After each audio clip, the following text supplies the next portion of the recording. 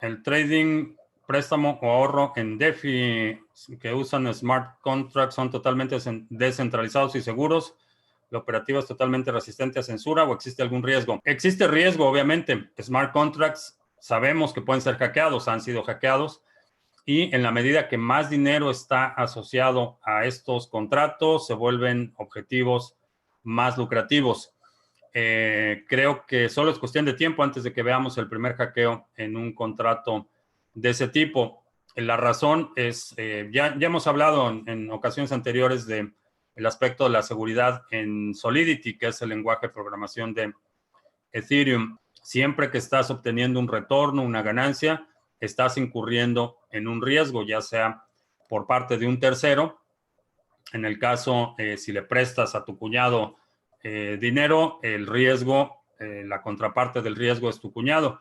En el caso de un contrato, la contraparte puede ser el contrato mismo, puede ser la tecnología, pero hay definitivamente un riesgo.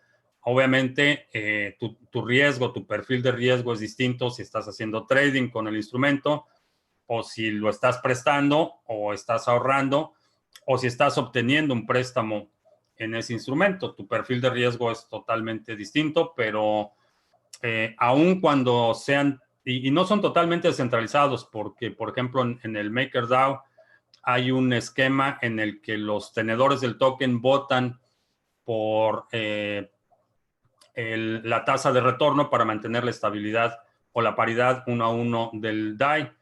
En ese caso, la contraparte es el DAO. Ese riesgo es algo que tú no controlas y es un tercero, aunque ese tercero sea una entidad aparentemente descentralizada, hay un componente de la tasa de interés o la tasa de estabilidad que tú no controlas. Entonces, sí, la promesa suena muy atractiva, servicios financieros totalmente descentralizados, pero definitivamente tienen un riesgo. Que si BTC triunfará en cuanto a adopción y medio de pago o será otra cripto hoy incipiente. Esa es la pregunta de los 21 millones de bitcoins. La realidad es que nadie lo sabe. Nadie sabe cuál es la fórmula para que una moneda tome la atracción necesaria. Hasta ahorita, creo que Bitcoin es el que tiene mejores posibilidades por el efecto de red, pero puede ser en el futuro que veamos otra cosa superior que desplace a Bitcoin. Por un lado, tenemos que en este momento es la plataforma más segura, la más robusta, pero no podemos olvidar que es el primer intento en una tecnología de este tipo, la transmisión o la validación criptográfica de la transferencia de valor y el problema del doble gasto. Esta es la primera solución que tenemos. Históricamente, siempre las primeras soluciones son las peores, y esto es como humanidad. Por definición, nuestro primer intento en cualquier cosa es el peor intento. Ha sucedido con, por ejemplo, las prácticas médicas, por ejemplo, al principio rayaban en la barbaridad y la tortura, pero nuestros primeros intentos en cualquier cosa, en resolver cualquier problema con tecnología, por definición son los peores. ¿Cuándo va a suceder esto? No lo sé. ¿Será otra moneda o será una iteración posterior de Bitcoin? Sospecho que sí. Bitcoin, a diferencia de mecanismos que no pueden evolucionar, Bitcoin puede evolucionar de forma dinámica. Está la hipótesis de que Bitcoin se va a rezagar y va a haber otra cosa que lo reemplace. Mi hipótesis es que Bitcoin, como lo veo, es más como un organismo vivo que va evolucionando, se va adaptando y va absorbiendo. Hemos visto algunas funcionalidades que anteriormente no era posible hacer con Bitcoin, particularmente time locks y la segregación de firmas, que entonces abre la puerta a time locks y algunas otras mejoras que se han hecho, que abre la puerta a tener cosas como contratos inteligentes, cadenas laterales, soluciones de segundo o tercera capa, inclusive. Entonces, creo que lo que vamos a ver es que por la masa del efecto red que tiene Bitcoin, va a ir absorbiendo atributos y funcionalidades conforme el mercado y los usuarios vayan demandando y necesitando. La moneda stablecoin que va a lanzar la red de Cardano. Lo mismo que todas las stablecoins, el concepto mismo de un stablecoin es absurdo. Lo único que puede determinar la estabilidad es la oferta y la demanda, y esas nunca son estables por definición. Entonces, solo de forma artificial se puede mantener una moneda estable cuando no tienes ese balance en los mercados. Y esa artificialidad es reduciendo el suministro o incrementando el suministro. Esos son los dos mecanismos que compensan las asimetrías en el mercado. Y esto es lo que hacen los bancos centrales. El problema es que esos criterios son arbitrarios. Y el concepto mismo de una stablecoin, por diseño, me parece absurdo. Las cosas son estables cuando los mercados son estables. Y en los momentos que hay inestabilidad en los mercados, los valores y los medios de transacciones deben ser inestables, porque así es como funciona el mercado. Cuando tienes un factor externo que interviene para mantener la estabilidad, en mi opinión es una mala idea y está destinado al fracaso. Si quieres conocer de qué se trata Bitcoin, qué es Bitcoin, un curso de 10 lecciones, los fundamentos de Bitcoin, en 10 lecciones sencillas, entregadas vía correo electrónico. Te puedes registrar, es totalmente gratuito. Simplemente pones aquí tu correo electrónico y empiezas a recibir las 10 lecciones, que es bitcoin.co. Es un recurso gratuito que puedes compartir o utilizarlo si quieres saber más a detalle cómo funciona Bitcoin y qué es. Surprise, surprise, hubo un problema con IOTA. No fue un ataque a la red, pero una pérdida bastante considerable de fondos de los usuarios que estaban utilizando la cartera Trinity.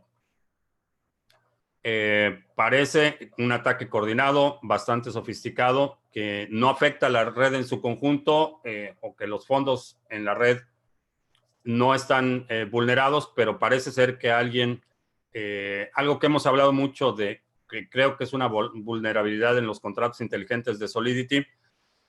La cartera Trinity, que fue desarrollada por la Fundación IOTA, tenía o requería una librería que aparentemente un tercero tomó control del repositorio de esa librería y de esa forma instalaron un backdoor en la cartera Trinity y parece ser que hay pérdidas que se estiman entre 10 y 12 millones de dólares, que son fondos de los usuarios. Aparentemente detuvieron la red completa por esta razón y es lo que he hablado de IOTA. Bueno, primero, si tienes fondos en la cartera Trinity, no lo muevas, no la abras, no hagas nada hasta nuevo aviso. Segundo, es algo que hemos hablado. IOTA, en cuanto a diseño, conceptualmente me parece un proyecto interesante, pero no había sido sujeto a ataques coordinados y ahora ni siquiera la red fue una cartera la que fue sujeto a un ataque coordinado y eso fue suficiente para paralizar la red completa. Es un experimento, puede irse a la luna, puede producir ganancias enormes, puede efectivamente cumplir con la promesa de dar este instrumento de transferencia de valor para el Internet de las cosas, o se puede ir a cero. Esa es la realidad, esa es la realidad para muchos proyectos en el sector, pero particularmente IOTA, que tiene una tecnología que es distinta a la cadena de bloques, que es una arquitectura de red distinta, es particularmente cierto. Entonces, si tienes IOTAs en la cartera Trinity, por ahora no muevas absolutamente nada, ni siquiera la abras hasta nuevo aviso. Hoy vamos a comenzar hablando de Ethereum versus dólar, que vemos que sigue en este movimiento alcista imparable y todo parece que va a tocar los $350. Lo primero que podríamos detallar es este movimiento acelerado, pero este movimiento es poco sostenible en el tiempo. Por tanto, si nosotros quisiéramos aprovechar un movimiento de este tipo, y en este caso si consideramos las grandes probabilidades que tiene Ethereum para conseguir los $350, tendríamos que plantearnos alguna estrategia y aquí prima nuestra personalidad como trader. Por ejemplo, para los más arriesgados pueden tomar una media móvil exponencial la ajustan al movimiento que estamos observando y van a entrar cuando el precio vaya hacia ella. Y para una mayor precisión, cuando esto ocurra simultáneamente pueden ir a un time frame menor y con una simple línea de tendencia marcan mejor su entrada. Todo esto con un stop loss muy ajustado. Para los que son menos arriesgados pueden esperar un rompimiento de este movimiento acelerado que casi siempre se da sobre la línea de tendencia e intentar ir por este desplazamiento. Y lo mismo se pueden ayudar en un time frame menor. Luego, para los más conservadores, lo mejor es esperar una corrección más profunda para ir por este último desplazamiento. Acá también podríamos ayudarnos con un time frame menor, por ejemplo buscando una divergencia. Y acá sí que podríamos tener un stop loss menos ajustado, ya que buscamos un desplazamiento muy largo, pero siempre sin poner en riesgo nuestro capital. Por ejemplo, si vemos que tenemos un stop loss del 8%, que es bastante, entonces para equilibrar el riesgo lo que hacemos es entrar con una posición más pequeña. O sea que si queríamos entrar con $500, solo entramos con 250. Todo esto que por supuesto no son consejos de inversión, sino son ejemplos de cómo podríamos plantearnos entrar y salir del mercado con una estrategia en particular. Así que solo debemos escoger un estilo de trading con el cual nos sintamos cómodos y ejecutar la estrategia tal cual la planteamos. Y recuerden que los mercados son inciertos y aún teniendo la mejor estrategia de trading podemos perder. Ahora pasemos rápidamente a ADA, que alguien nos la pidió en los comentarios. ADA versus Bitcoin, podemos ver que estuvimos en una zona de acumulación y se le ve bastante potencial para subir. Todo esto teniendo en cuenta que estamos en una temporalidad de una semana. ADA versus USDT, vemos que nos marcó un doble suelo, que es una formación de cambio de tendencia, y esta resistencia ahora se convierte en un soporte. Por tanto, al igual que Ethereum, podríamos armar una estrategia para buscar los $0,080. Y por último pasemos a mirar Bitcoin versus dólar.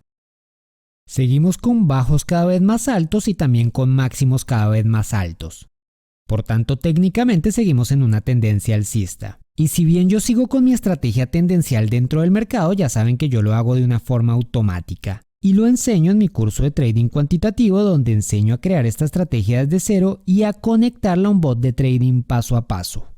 Así que si bien yo no hago trading de forma manual con Bitcoin en swing trading, en caso que lo estuviera haciendo yo me plantearía ir saliendo de posiciones en largo, o lo que se le conoce como toma de ganancias. Por ejemplo, salir del 30% de la posición no sería descabellado aún estando en una tendencia alcista. Cosa que si tuviéramos una explosión de volatilidad a los $11.900, que desde mi punto de vista es el último target alcista previo al halving, pues todavía tendríamos una posición del 70% dentro del mercado. Así que estratégicamente, teniendo en cuenta que estamos en una resistencia y que nuestro máximo target son los 11.900, salir de un porcentaje de nuestras posiciones en este punto es bastante conveniente. Por último, como siempre, los invito a que tomen el curso de trading cuantitativo y aprendan a subirse a las grandes tendencias de forma automática, y el link está en la descripción. Así que nos vemos la próxima semana. Hasta entonces. En la forma 1040 para este año, que es la que llenas cuando haces tu declaración de impuestos, incluyeron una pregunta que simplemente en términos muy generales decía si habías tenido cualquier transacción con criptomonedas o activos digitales. En tono de broma, decíamos que alguien como mi primo Juan mandaría una carta por cada criptoactivo para preguntar si este es un activo digital, que si este lo tiene que declarar, y parece que alguien tomó en serio la idea y las oficinas del IRS fueron inundadas con preguntas de los usuarios y tuvieron que emitir un comunicado aclarando que aquellos activos que no salen del ecosistema no son considerados activos digitales, que eso incluye tokens que recibes en juegos. Esto es una aclaración importante e interesante, porque en términos estrictos, Bitcoin nunca sale del ecosistema, nunca retiras Bitcoin de la cadena, el Bitcoin siempre se mantiene en la cadena. Lo que hace el protocolo es un intercambio de titularidad de activos que nunca salen de la cadena. Bitcoin nunca se retira físicamente del ledger. Se puede inutilizar, pero no lo puedes sacar del ledger. Entonces, esa aclaración va a producir una montaña de de problemas legales, porque en esa interpretación que está haciendo la autoridad fiscal de que los criptoactivos que no deben ser declarados son aquellos que no salen del ecosistema.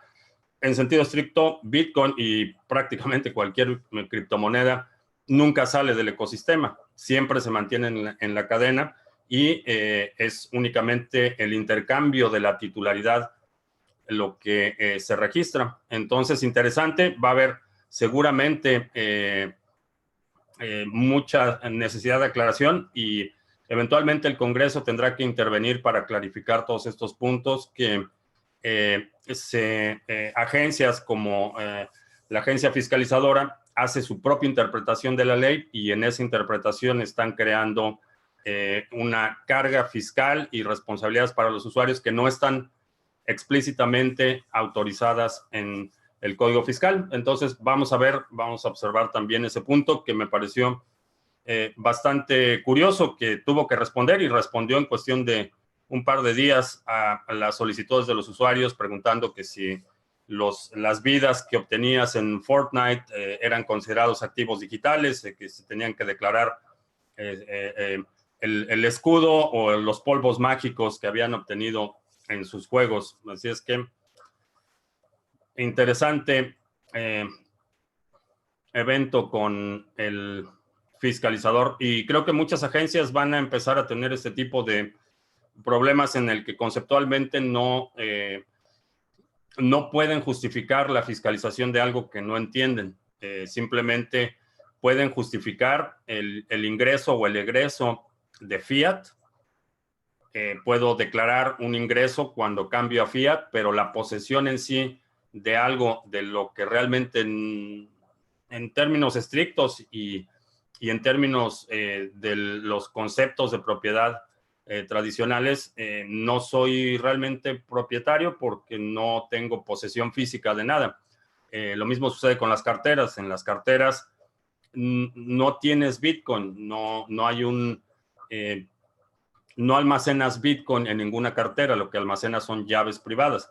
Los saldos que ves ahí es simplemente un cálculo interno que hace la cartera para facilidad de usuario, es interfaz de usuario, pero no existe, no contiene ningún Bitcoin, ninguna cartera. Lo que contienen son las llaves privadas para que te dan el privilegio o la facultad de, en el ledger, poder transferir la titularidad de determinados inputs a otro set de llaves. Entonces, conceptualmente, los fiscalizadores, quizá para sorpresa de nadie, no entienden muy bien cómo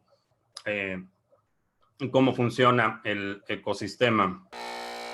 Te recuerdo que estamos lunes, miércoles y viernes a las 7 de la noche hora del centro, martes y jueves a las 2 de la tarde. Suscríbete al canal. Asegúrate de marcar la campanita, haces clic en la campanita y ahora te aparecen varias opciones. Selecciona todas las notificaciones para que recibas notificaciones de nuevos videos y de transmisiones en vivo. Por mi parte es todo. Que tengas un buen fin de semana y nos vemos el lunes.